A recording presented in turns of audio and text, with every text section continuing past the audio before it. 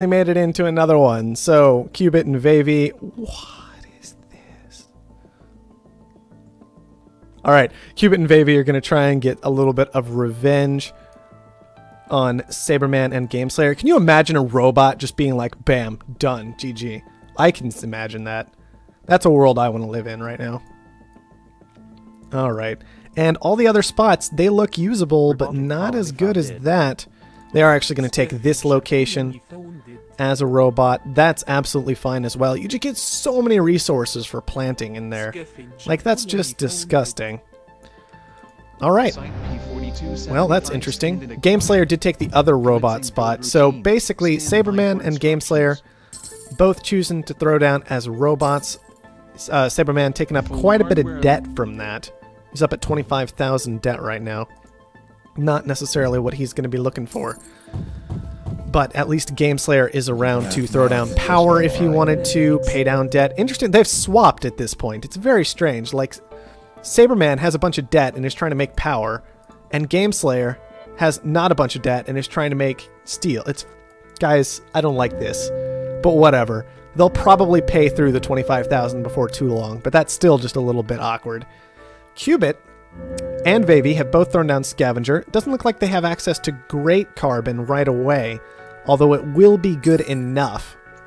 It's just two kind of average carbon locations, no great carbon location, so they are going to both need to worry about collecting that resource. Whereas Cubit, he's already taken up some silicon, some water, and plenty of aluminum. No big surprise there. Vavy also has a large amount of aluminum.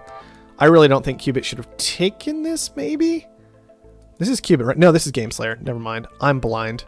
I'm trying to look at Cubit. It's all highlighted and stuff. I'm wrong.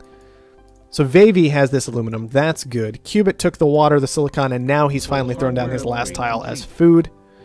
Vavy's going for double glass furnace. That's just fine. Exactly the kind of thing we're looking for. And Gameslayer and Saberman doing exactly what's expected out of them. Just steal, steal, steal, steal, steal, steal, steal, steal, steal, steal, power. It's exactly the kind of thing you expect. Gameslayer very nervous about grouping his steel too much right now. He is going to split up his two sets of steel mills. Does not want to have to purchase a goon squad in order to stay online against these EMPs that are, of course, so dangerous. This is the one looking a lot more even at this point. Cubit and Vavy at 3 and 2, Gameslayer and Saberman at 3 and 2. I do expect our robotic players to take a lead before too long when it comes to upgrades.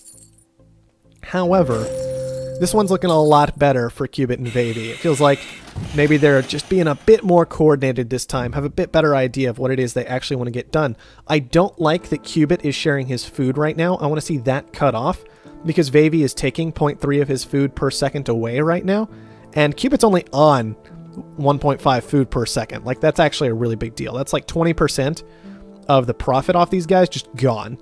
And that's not even counting the stuff that Cubit's taking away himself in order to feed himself. So I want to see that switched around. That kind of minor detail can make a big difference, especially because your ally will actually consume food if you're not sharing it, and that food price will continue to rise instead of you just losing profit out of it for no reason. That's actually a pretty big mistake, in my opinion.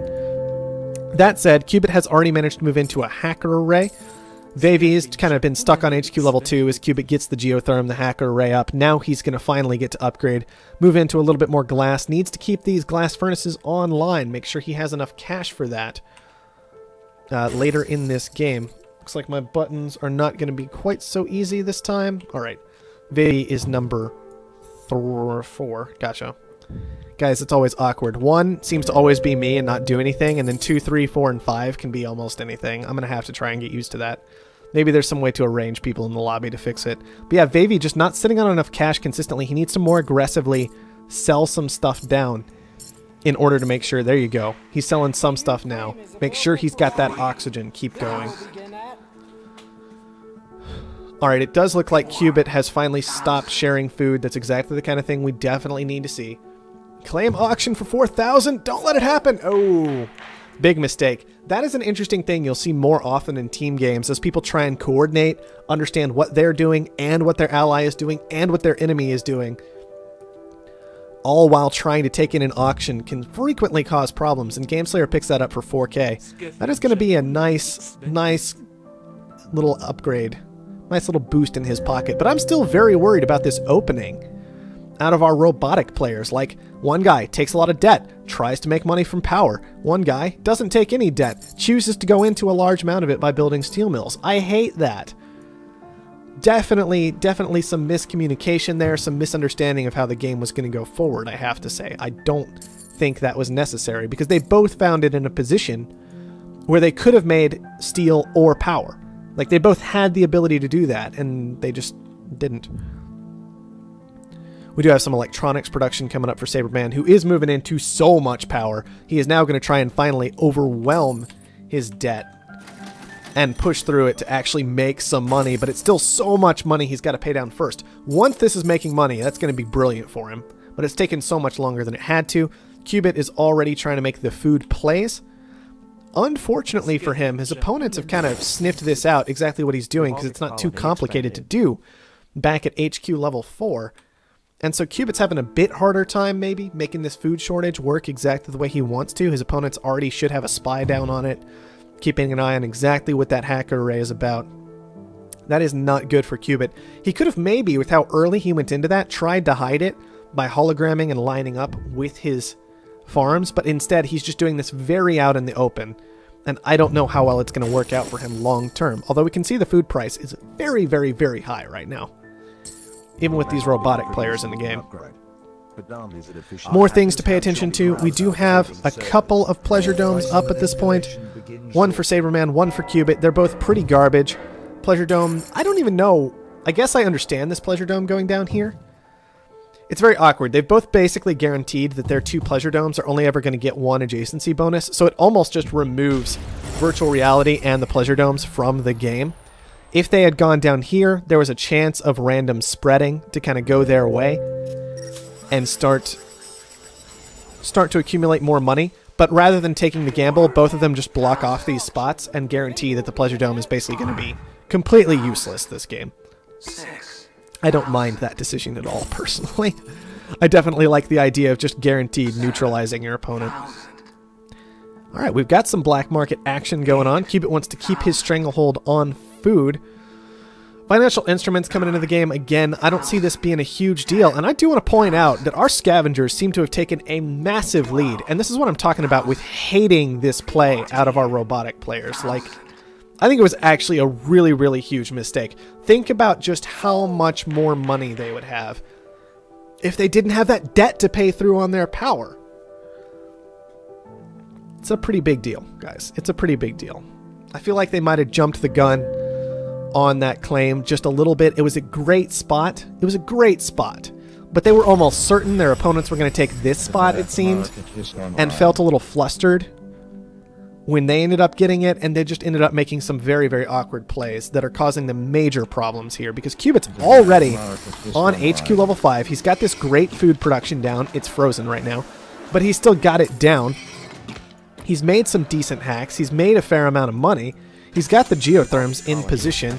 Vavy is over there working a patent lab. He's got superconductor for power. That's going to be great with this geotherm. He can move into something like nanotech very easily, into something like slant drilling very easily if he decides that's going to be beneficial. With this water in particular, he could use that pretty effectively, quite frankly. But he is going to choose to go for virtual reality. I don't really like that decision at all. I don't know how he's going to manage to make use of that effectively this game. There's really no good spot right now to put a pleasure dome. He's just really hoping that someday the colony has something good. Alright, looks like Sabreman and Gameslayer have their own hacker arrays up at this point, just surplusing food non-stop, trying to just straight up kill Cubit's one market. And I like that decision. Although Cubit already on HQ level 5 isn't necessarily just stuck in that market at this point.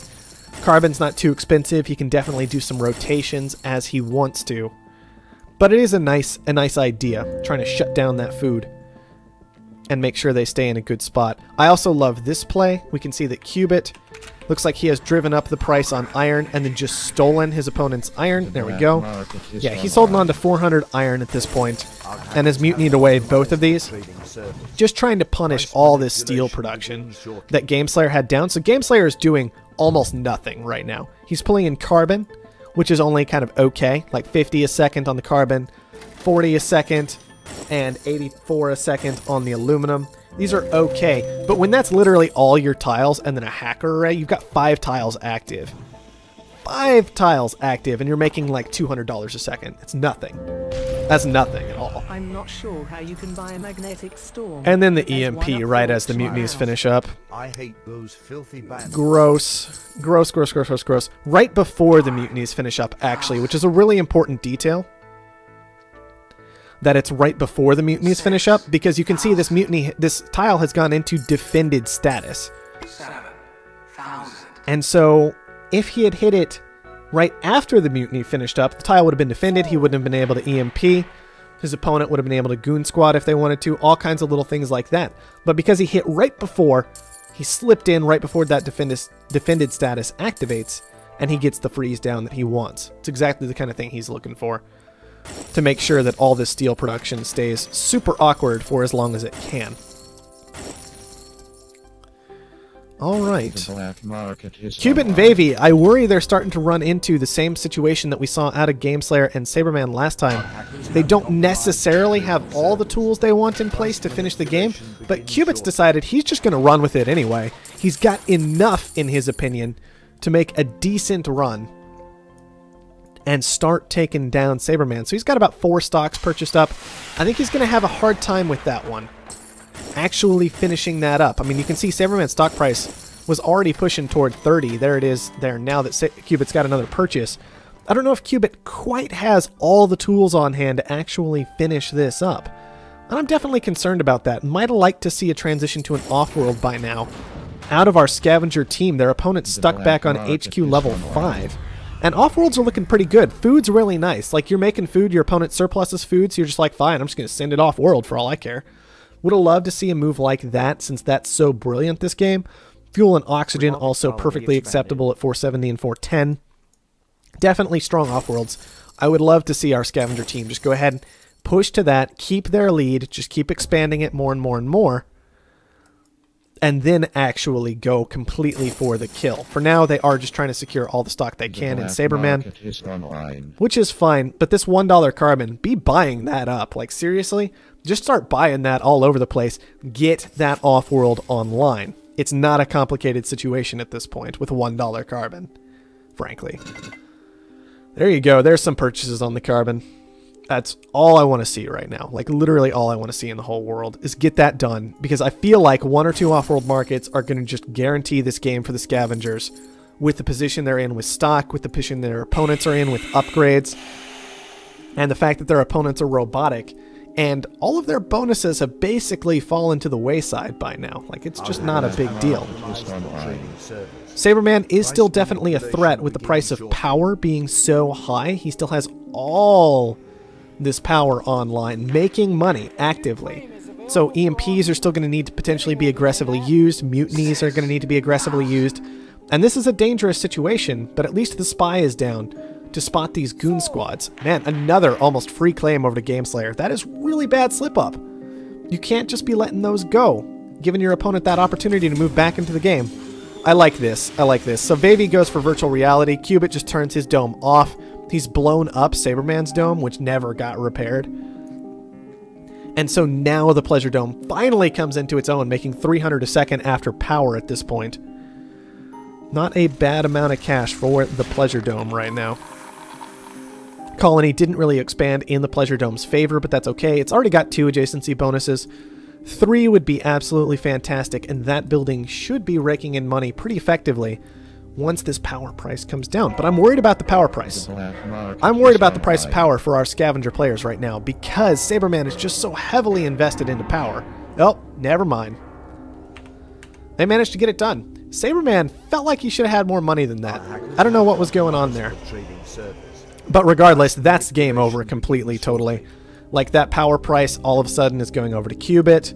He's making all kinds of money. Gameslayer's making nothing, already in D debt, and that easily finishes up the game. So if we were looking at this as a best of 3, if we wanted to, that would be 1-1 over to both teams, and a very convincing victory out of Cubit and Vavy. Like, it felt like Saberman and Gameslayer had the opportunity to do exactly what they like to do, and just flubbed it. Just everywhere. They're just like, never mind, guys. Just never mind. We don't want to actually win this one. I don't know what happened there. Man, Vavi actually making all kinds of cash. Business revenue. I don't even know exactly what that means. Maybe just from selling stuff? Pretty ridiculous. Entertainment revenue. Wow. Okay, let's think about how long this Pleasure Dome was down compared to this Pleasure Dome. This Pleasure Dome actually made more money. Barely. But it did it. So that was very nice. I was wrong, it seems. Cubit did have the cash to go ahead and push through and take down Saberman, despite only really having this one hacker array available to do it. I imagine the Pleasure Dome helped out as well. They were never in serious amounts of debt. They were never particularly threatened. But they did manage to finally kind of weasel their way to it with the hacker array and get Saberman finished off. So that was a nice move out of them, because killing one opponent usually cleans up the whole game in most of these 2v2s. So that is good to see. Good job, and let's hop out of that one, see if they want to do a third or what the deal is.